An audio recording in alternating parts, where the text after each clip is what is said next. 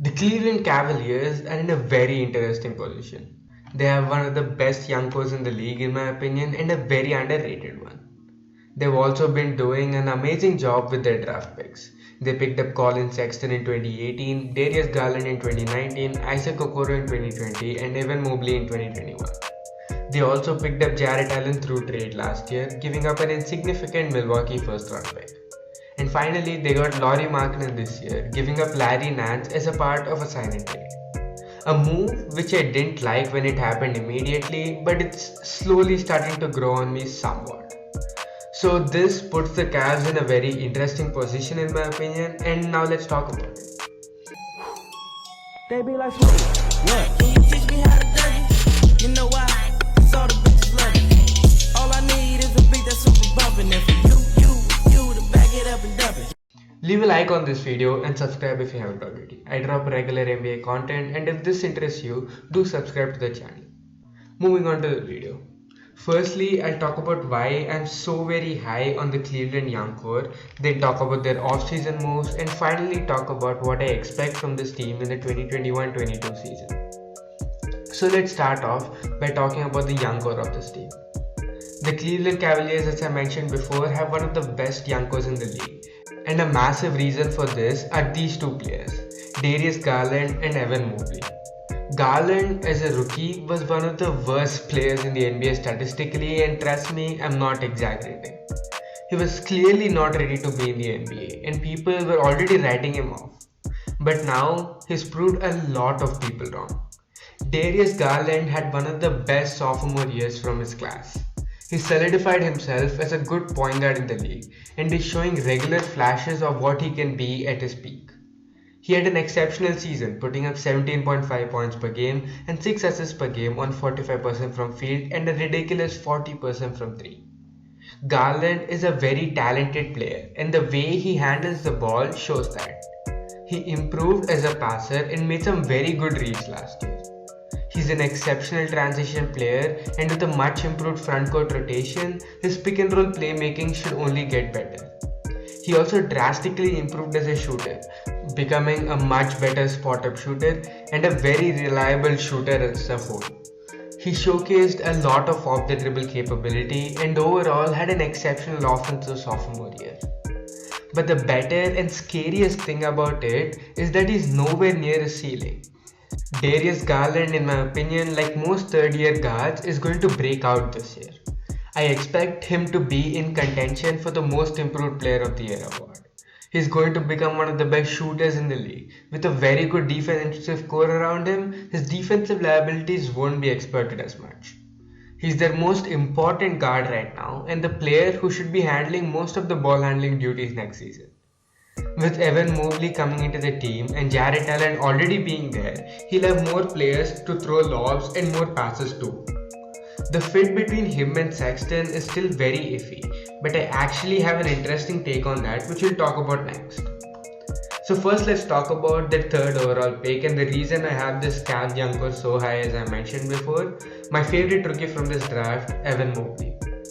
Mobley is one of the best big man prospects in recent history. He's the best defensive prospect since Anthony Davis, and offensively too, he has a lot of potential.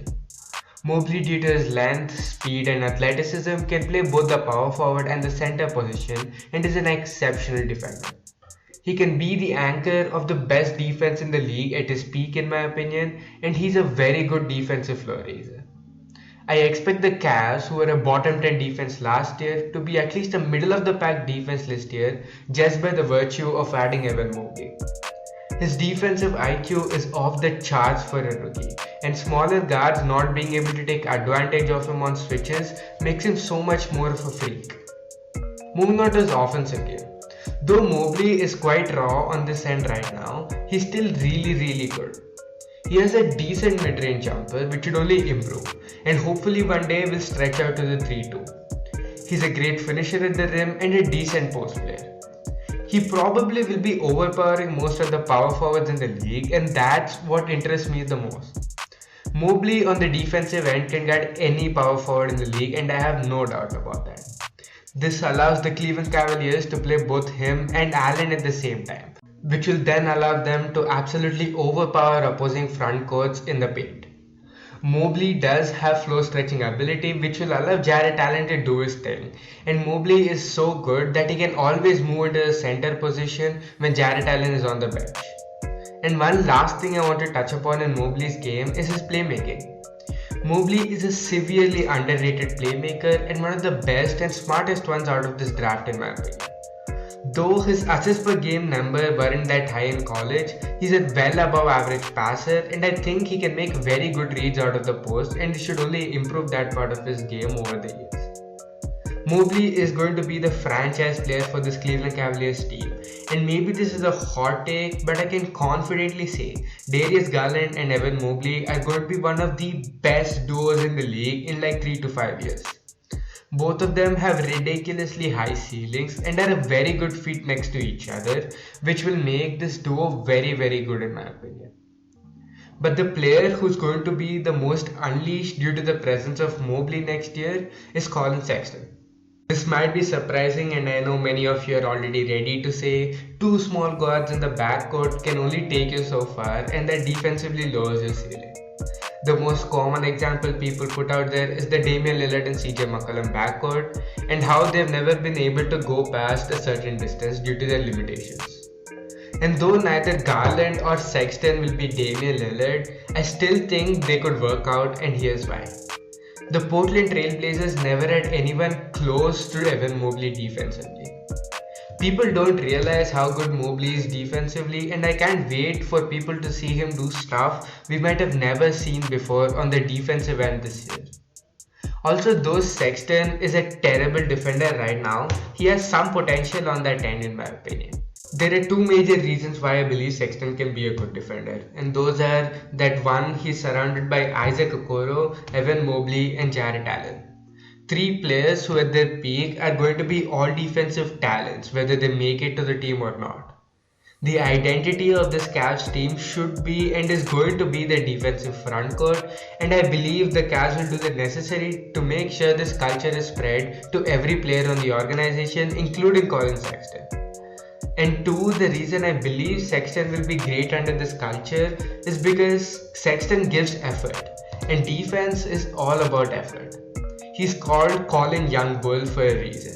He might not be an all-defensive player and a ridiculous defensive player like many people thought he would be out of the draft, but he's going to be a good defender at the minimum sometime soon in my opinion. And moving on to the offensive side of things, I believe Sexton has become criminally underrated on this end. Sure, there were reports that Sexton's teammates complained that he was a ball hog, but 24 points per game on 47 and 37 split, which is above league average efficiency for that matter, is not really such a big of a ball hog in my opinion. Even both his true shooting percentage and EFG percentage are league average, and for that matter, he had a usage rate of only 29%. This might be a lot for sure, but for a guy who was a number one option on a terrible team, that isn't really something super high and isn't like a ball hog many people make it out to be. Colin Sexton is a really good offensive player who's a dynamic two guard with decent potential on the defensive side of things. Putting a ceiling for him like many people are and saying he's a sixth man at best is not justified and just proves how little people know about him. But the real issue with Sexton is the situation he is in right now. The Cavs are shopping him around because they don't know if he's worth the contract he's expecting and they don't want to be the team possibly overpaying him. This is a very justified concern. But the thing is, as good of a player as Colin Sexton is, his trade value is not very consistent around the league.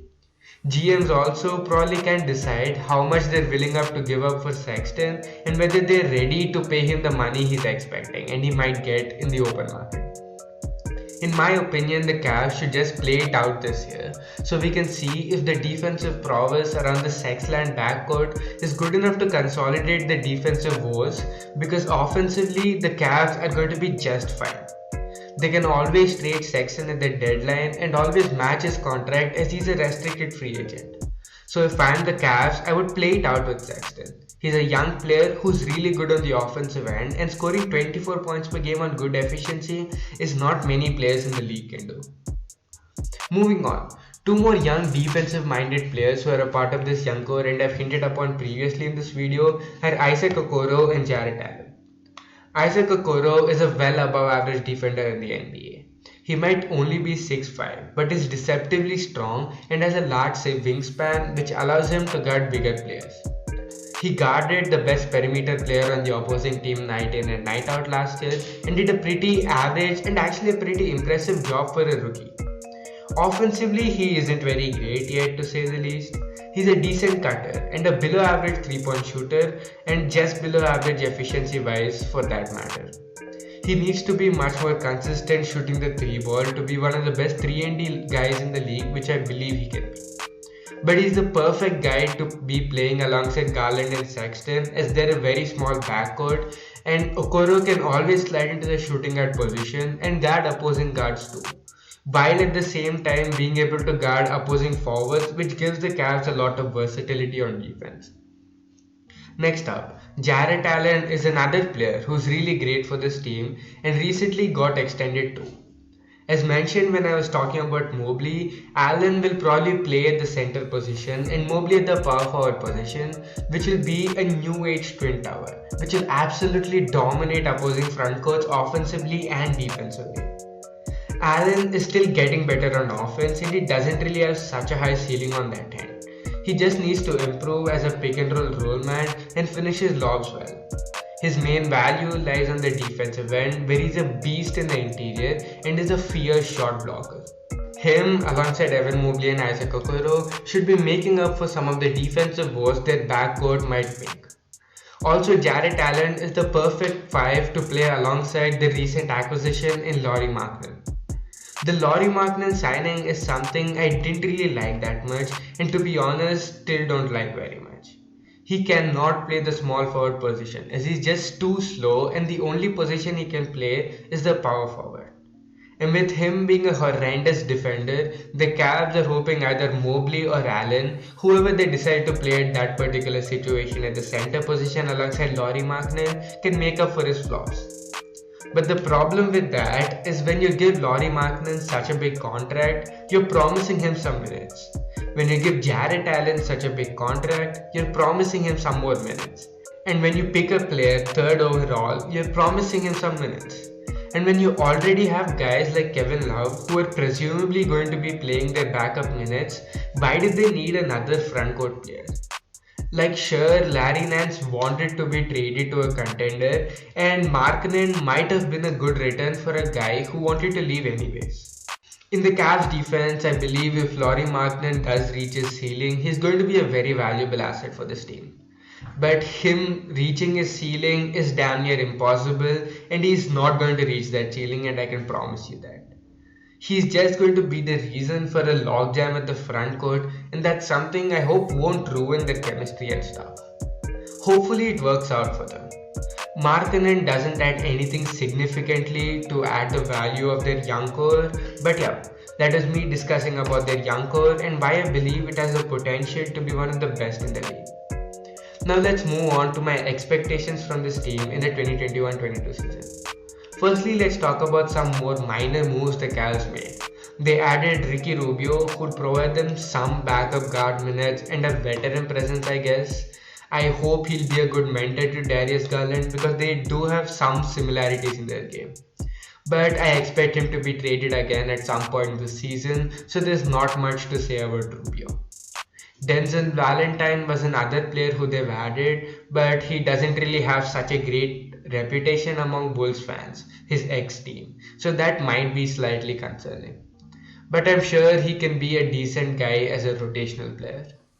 They also still have Chidi Osman, who's just another solid wing who'll be in their rotation and do a decent job for them.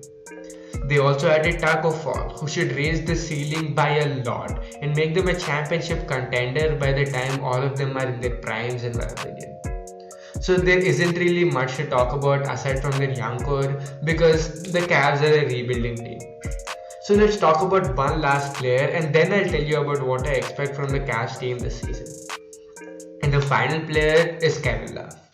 The only reason he's still on this team is because they just can't trade his contract. He's a shell of his all-star self and doesn't help this team in any way as of right now.